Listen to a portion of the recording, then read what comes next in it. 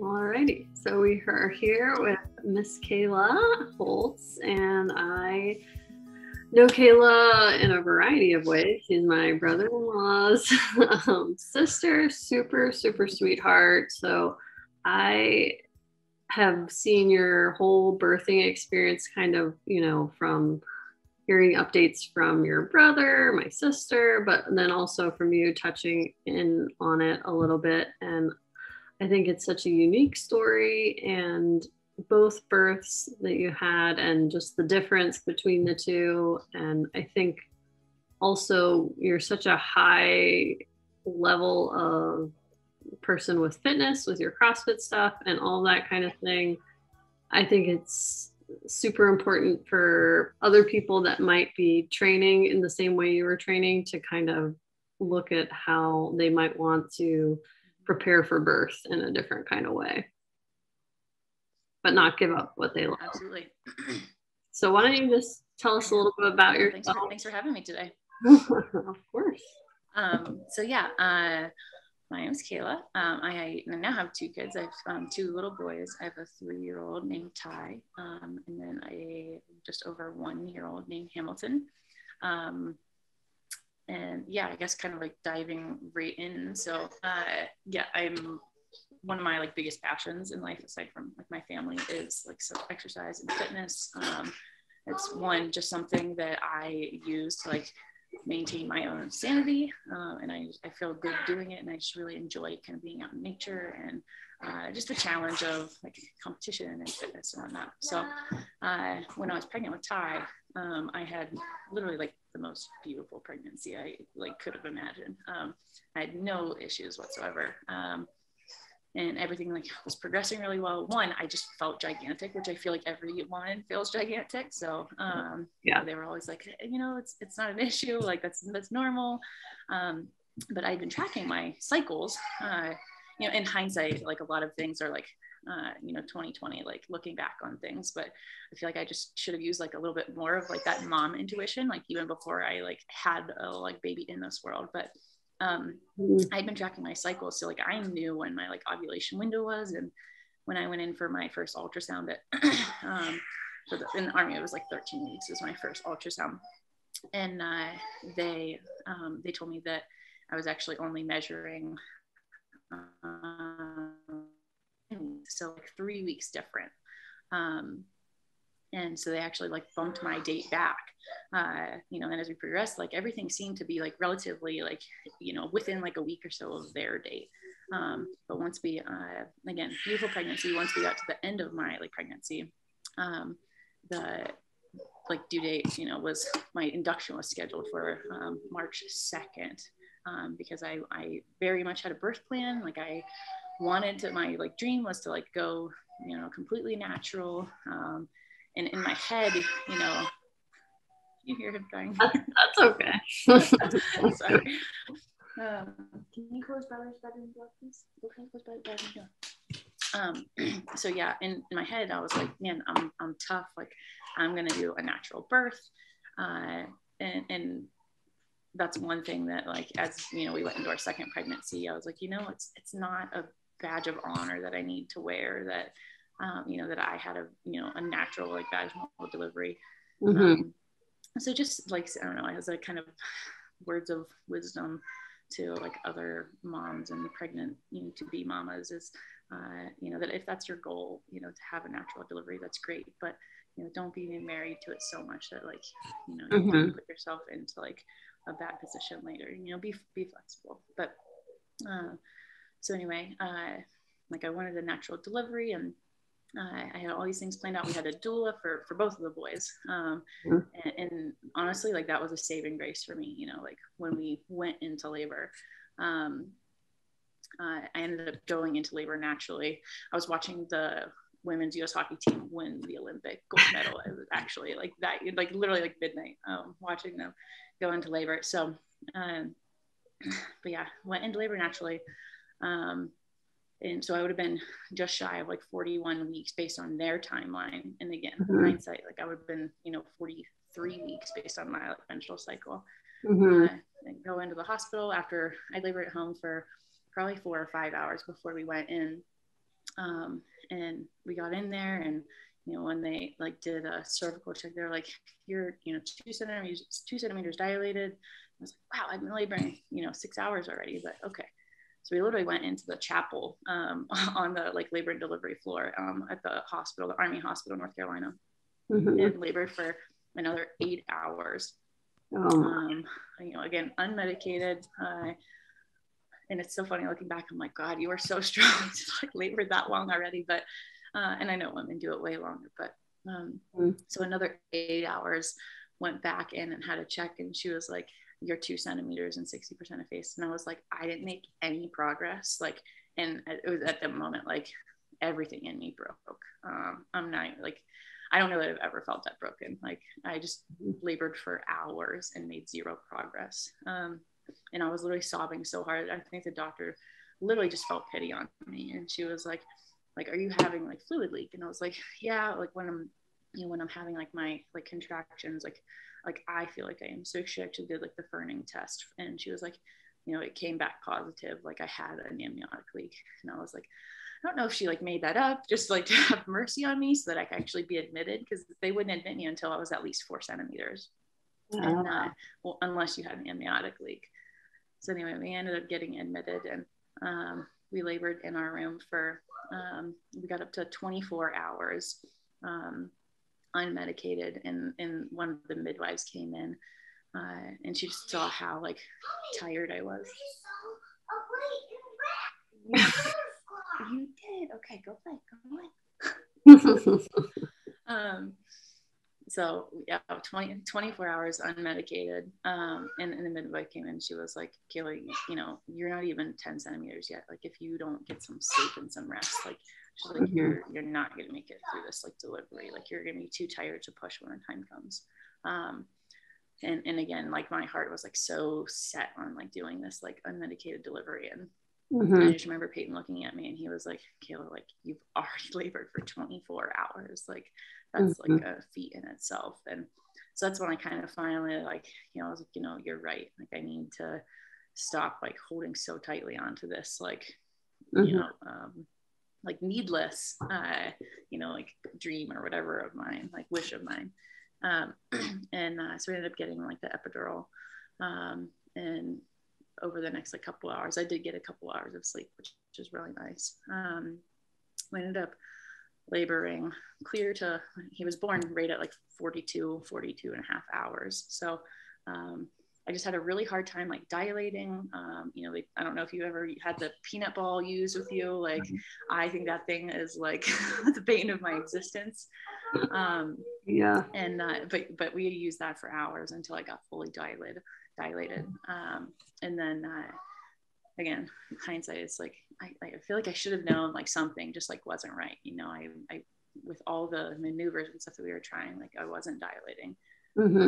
So once I finally hit 10 centimeters, literally like 42 hours, they were letting me start pushing. And there was a resident that was in there with me initially.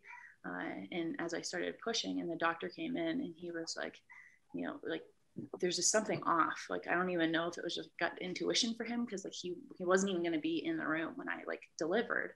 And thankfully, like I genuinely consider it just like by the grace of God that he was there anyway.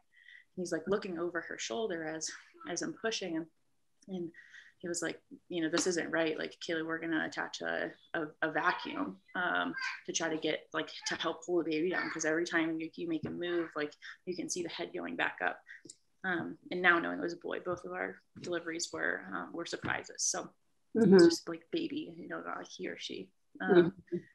So they attached the first vacuum, and he was like, all right, baby can't be in the birth canal like too long. They're not getting like oxygen supply because the like cord is compressed at that point. So like if at any point we like the vacuum either pops off, or baby is not progressing with these pushes, we're going to go immediately to a C-section. And like all of a sudden, like literally as he says that, like 15 people flow into the room.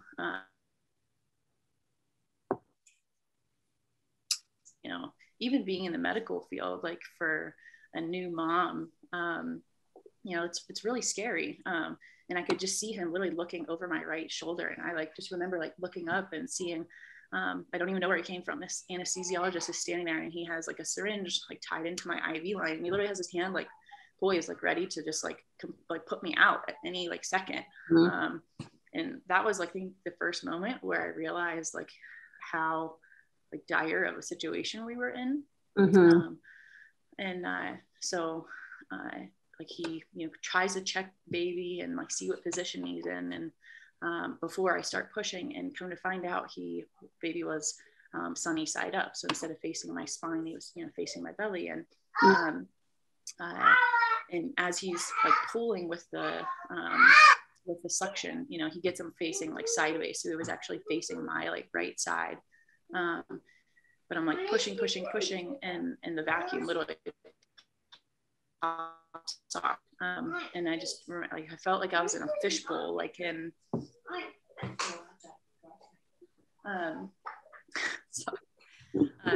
so I'm in this, like, I feel like I'm just like in this fishbowl, and like, you know, I can see everybody else, but I like can't really hear what's going on. And this vacuum pops off, and like that's the only sound I could hear. And you know, not to be like too like you know, blood splatters everywhere. And and all of a sudden, like then things got like really real. And he was like, hey, you moved the baby, so like we're gonna do another vacuum. And I'm like, you know, okay, like terrified, but at the same time, like I can't do anything other than push as hard as I can. And so they attached this other vacuum, and he was like, all right, give me another big put, you know. And I was doing like literally the whole way through all my contractions, I was doing 3 sets of, you know, 10-second pushes, and which was a lifetime. Like it felt forever. And as I'm pushing, the second vacuum pops off. And at this point, like I'm getting really scared, because like I know that the baby is stuck. I just don't know why, or why he's not, you know, why that wasn't coming out. And finally, like, again, I don't know why he tried another one. We did a third vacuum, and the third vacuum popped off after the, you know, the first set of pushes. And at this point, like, I'm just super grateful that I had an epidural. I could still feel it, but he ended up like quite literally like reaching up and manually dislodging Ty. And, you know, so they pulled Ty out, and he didn't cry. And I just remember like they took him away, and I didn't even know like what, if he was a boy or a girl. And as they're like carrying him over to the like the NICU, the bit like the warmer or whatever, you know, somebody said like, hey, it's a boy. And I just remember I started crying, and you know, and at that point, like I had a lot of like, they had to do a lot of like work on me just to like kind of like sew me back up. And and I think it was only about a minute until I heard him cry, but like in birthing time, like again, it just feels like hours. It was a really long time. And so he finally starts crying, and they bring him over, and you know, and he's at that point, you know, this is probably 30 or 45 minutes later, they finally bring him over and put him on my chest. And you know, and he nursed well and everything, but the pediatrician comes over and says like, hey, you know, he came out sideways, so his right shoulder ended up getting stuck on my pubic bone, which is why he like couldn't come out. So when they like pulled his neck, they stretched, there's a, you know, plexus of nerves that go from the cervical spine into the arm that like and that supplies all of the movement and nerve and everything, and nerve feeling sensation that you get to your arm. And they said that because of how it stretched those nerves in his neck, that he actually wasn't moving his right arm at all. And, you know, so we unwrap him a little bit, and we start, you know, just like looking and kind of trusting the doctors. Like, they're like, okay, you know, they were like, hey, 24 to 72 hours. And if you just gain movement back, it's probably just stunned. And at this point, we were, you know, we didn't really know what to think. Like, so I went through school to be a physician assistant, and looking, I literally went back at one point and looked through my notes and my like pediatric like lectures. I'm not kidding. There was one slide on brachial plexus injuries. And, you know, to this day, I'm like, man, like of all the things that could have happened, you know, like this did. and being in a medical professional, like I didn't even know what that was. Like I literally had to go back and we had to do all this research because I had no clue. So, 24 hours later, in the hospital, and he's still not moving anything. He was moving a couple of his fingers, like literally just little movements, but he wasn't moving like his wrist, his elbow, or his shoulder. So then it was like these precautionary things like, hey, don't move his arm. If you put clothes on, put it over that arm first so you're not pulling those nerves or like aggravating anything anymore. So for months afterward, it was the same way. It was like I had to nurse him in like a certain football hold so that I wasn't like, like with Hamilton, I would like, pull one of his arms and put it underneath me so he like kind of fit against me. And I couldn't do anything of that with Ty because I was terrified that I was going to, make his injury worse. So like looking back, his birth was, it was really, really traumatic. And I saw probably a year worth of like actual therapy afterward, just to kind of process some of that. I just felt like a lot of it was my fault. And I'm not going to say that I'd be lying if I said that. But I think me just like wanting to push so hard for this natural birth, like the doctor was just trying to, like abide by like my wishes. So I would be lying if I said that I didn't still blame myself for some of that. But I've also like sought a lot of like self-forgiveness for that as well. And then, aside from, therapy for that, I also saw a lot of like physical therapy. And I think you and I have actually talked about this a lot before, that I think that it is, I think that it should be mandatory for all women that are like giving birth or have given birth to see a pelvic floor physical therapist. Like 100%. Any woman that like goes through that, whether you deliver via C-section or vaginally, your pelvic floor just sustains so much like trauma and stress just from carrying a baby that long that, all these things that like people have, deemed normal, like, oh, it's okay, it's normal if you pee when you sneeze or when you jump or do these things, like, but it's not normal. So like my story aside, like, I think everybody should see a pelvic floor physical therapist, but sure. I ended up seeing a pelvic floor physical therapist for a little over a year until we ended up like PCSing and like moving the Army moved us away from North Carolina. But so I saw a therapist there for a really long time. And I wouldn't have been able to return to any sort of activity. I would never have even dreamed of having another baby.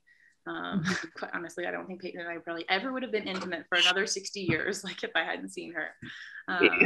She was an absolute saving grace, and her name was Brooke. But so I'll definitely never forget her because she's the one that like made me feel like a functioning human being again after Ty's delivery. Well, that's like his story. Yeah, when they had to manually take him out, did they do an episiotomy or did they just? And as some people say, like, I can't believe they didn't ask. Like, I mean, they didn't. I would have conceded anyway, like with him. But I ended up they did an episiotomy. So I ended up having like a grade 3 like cut or tear, whatever you want to call it, and then I ended up having like 2 additional like tears as well. I think probably just from the amount of things that were there trying to come out at the same time. But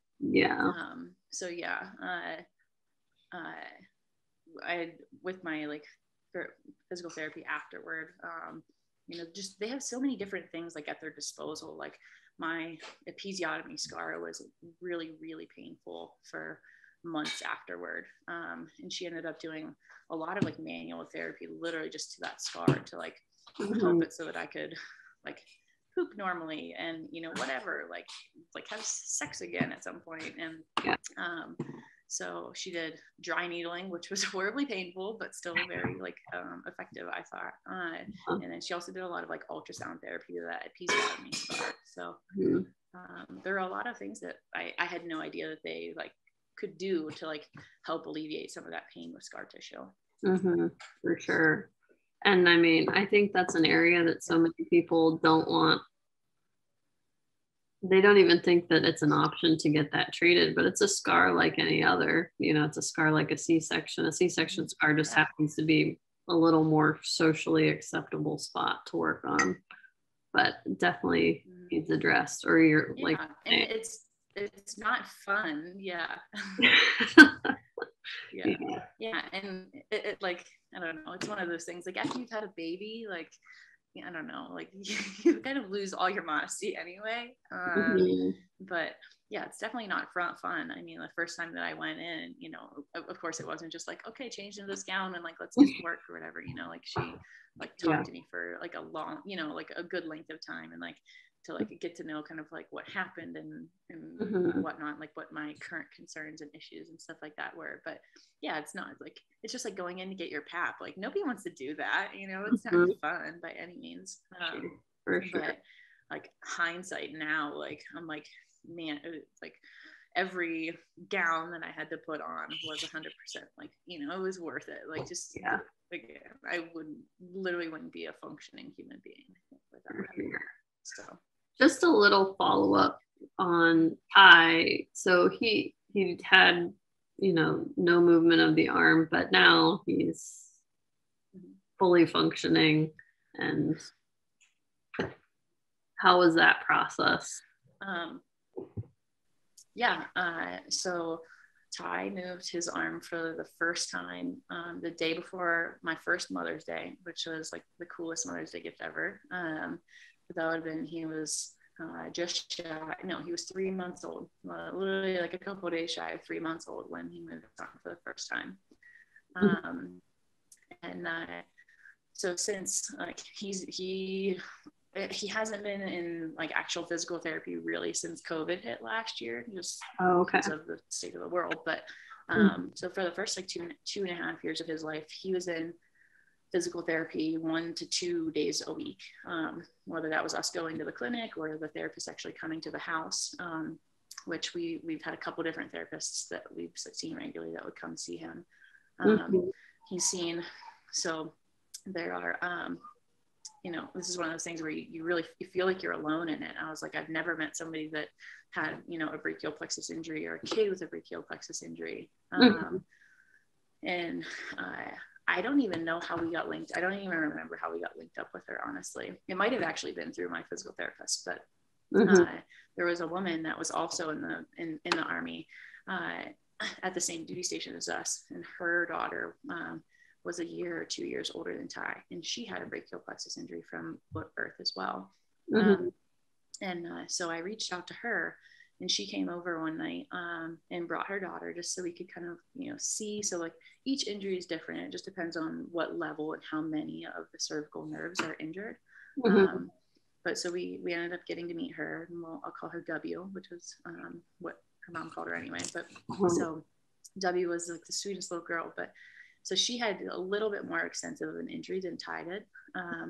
But just being able to talk to M, her mother, and just get some more information about like what the process was, like how did you get referred out? Like you can't see a regular orthopedic doctor for this type of injury. And that's not being like, you know, chauvinistic or anything. Like literally, like it's such a niche injury that you like have to see a very specialized doctor to get like appropriate care for it.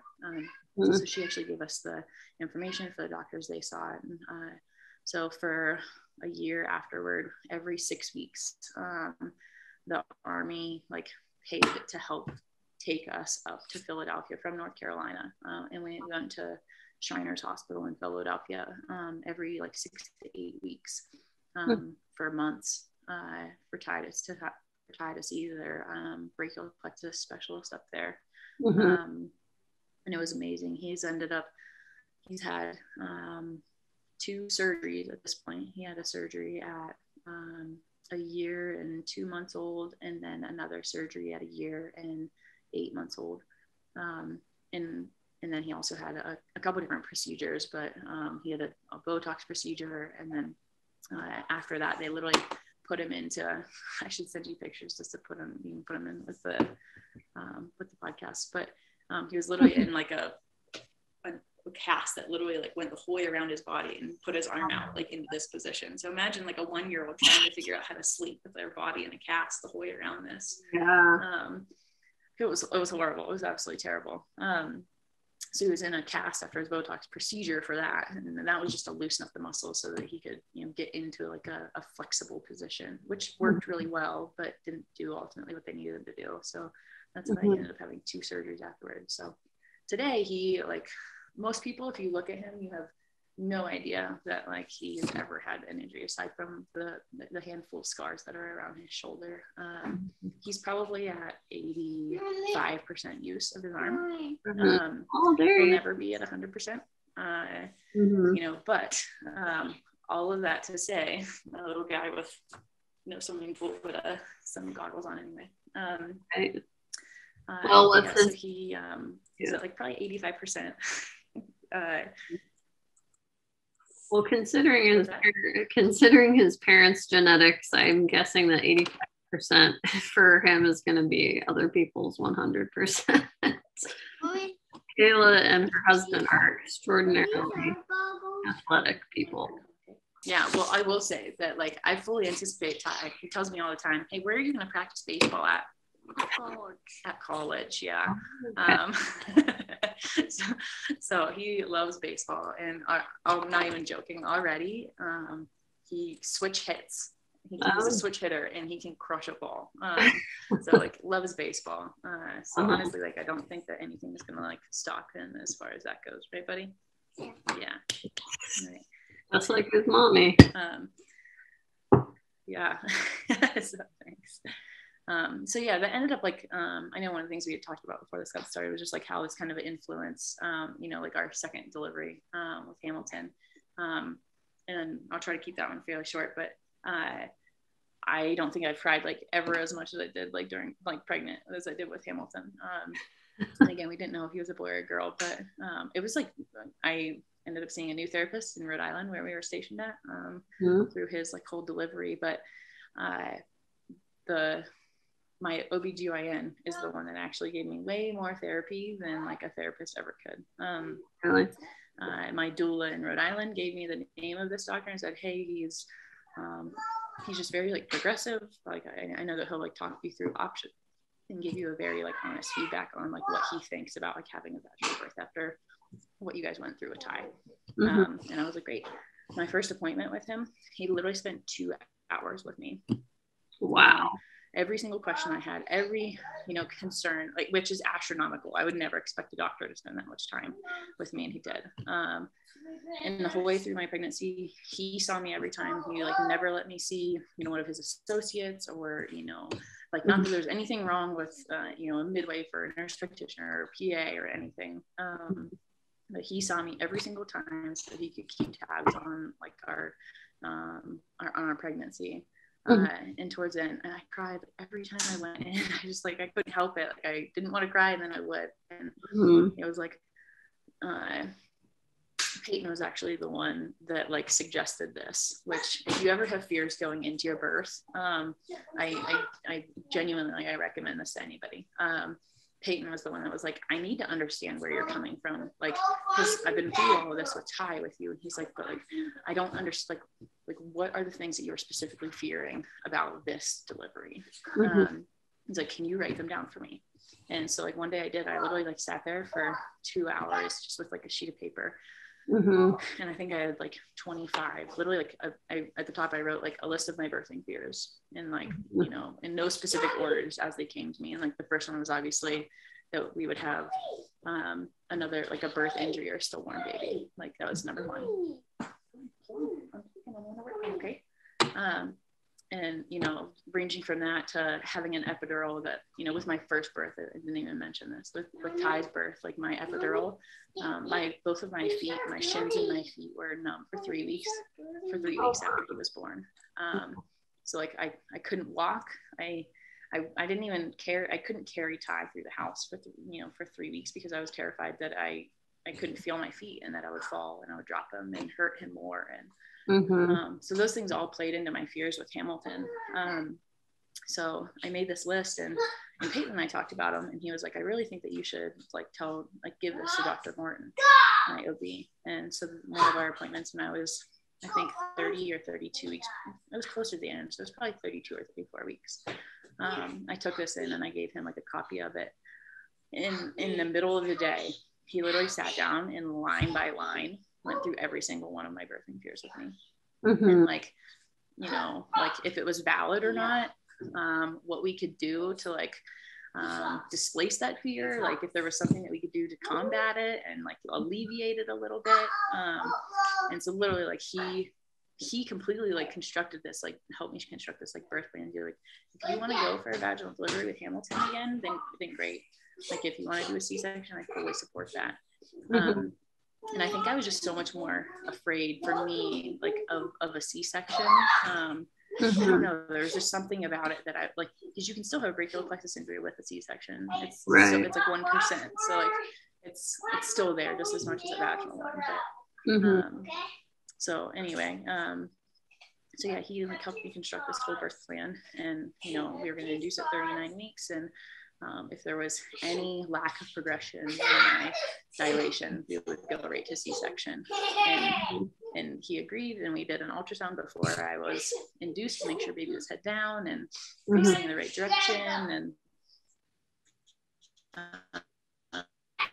there was a lot of motion, like going back and forth, because Hamilton was breech at one point. But just finding a good OB that like supports you, supports your decisions, and is willing to like, no matter like what time, no matter the time that it takes to like help you like through that. Like I wrote a long letter to Dr. Martin like after Hamilton was born, because it ended up just being such a beautiful like story for us. Yeah. Redemption, honestly, like, and not just for me, like just emotionally, like being able to say, like, I just felt like my body had failed me so much with Ty's birth that being able to bring Hamilton into this world the way that we did, and it was beautiful, and it was perfect. It really was. It just, I let myself love my own body a little bit more again, which I had let it go for a long time. That's awesome. Yeah, that is an awesome, amazing story, and you've got two wonderful little boys out of it. And I think an interesting part, I knew you had done all of the intense pelvic floor work for a very long time to be able to, like you said, get back to doing anything. But I didn't realize how much therapy you did, which I think is seriously missing so much from not just birth trauma or anything like that, but even when people come into my office with chronic issues, I feel like it's a lot of times can be tied into stress level, mental health, that kind of thing. And it's not addressed enough at all. And should be a normal thing, it should be the norm, not the exception. No, I 100% agree with you.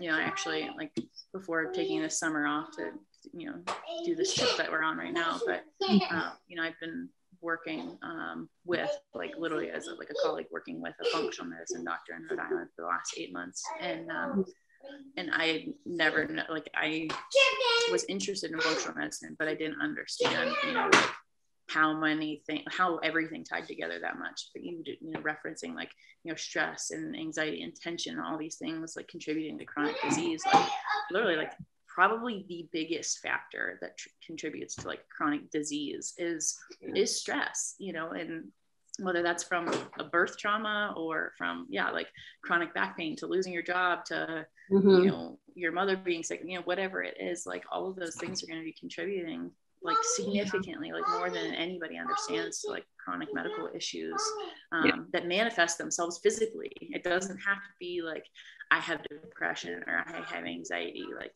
it literally manifests itself like in a physical way with, you know, back pain or whatever, something is like plantar fasciitis or like SI joint pain, you know, like so all of these things just take its toll. And I think that more people need to be like take the, I don't know, like initiative to see a mental health provider and not have such a stigma around it.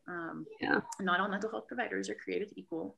You know, that may be, you know, testing the waters and trying like several different ones to see what like fits you and your personality for sure. But I think that it's like unmatched. Like the dividends like pay exceptionally like more than you could ever give. So awesome. Well, thank you so much for sharing all that with us, and I'll be looking forward to see where you guys end up in your journey here. I've been following their family's trip throughout the country this summer, and it's been a pretty cool thing you're doing out there. So I will. No, thank you. No, we're having a lot of fun. It's been some really good family time. So we're really thankful for it. But yeah, thanks for having me today. Yeah, next time. Talking about my boys and sharing their birth stories. And so I think it's important just that women understand that like all births are different, and some can be absolutely perfect. But if it's less than what you had hoped for, like that doesn't make you a bad mom, or you know, that doesn't mean anything negative on you. Like trauma has many different forms, and that could be something as, you know, simple, quote unquote simple, as like you didn't want an epidural and you ended up getting one. That can be traumatic for some women. And I just so I don't know, if I had to say one thing to like women, is that it can come in all different forms, and your birth, if it's traumatic to you, then it's traumatic, and you should like see somebody for that to help you process through it, for sure. For sure. Sounds good.